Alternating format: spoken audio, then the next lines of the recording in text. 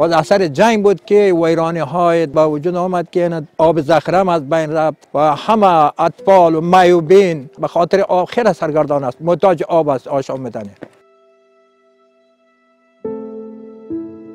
آب نداریم بسیاری و آن قطوق میگیریم، آن که نباشه برف نباشه میریم جوی میبریم. این لای هم است مجبوریم رو در قطو میمونیم صاف میکنیم با میگیریم دیگه.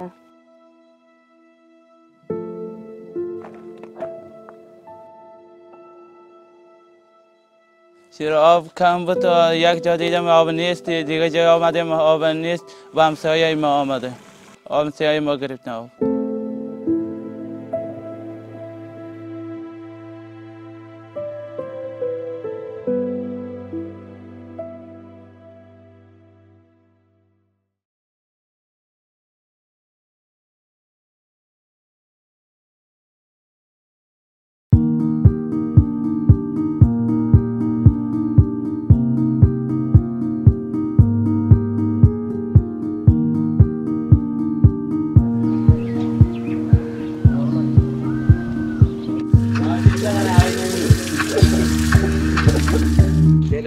شبکه ما جور شد انشالله نزدیکترین خانه ها شیر کشیدگی است.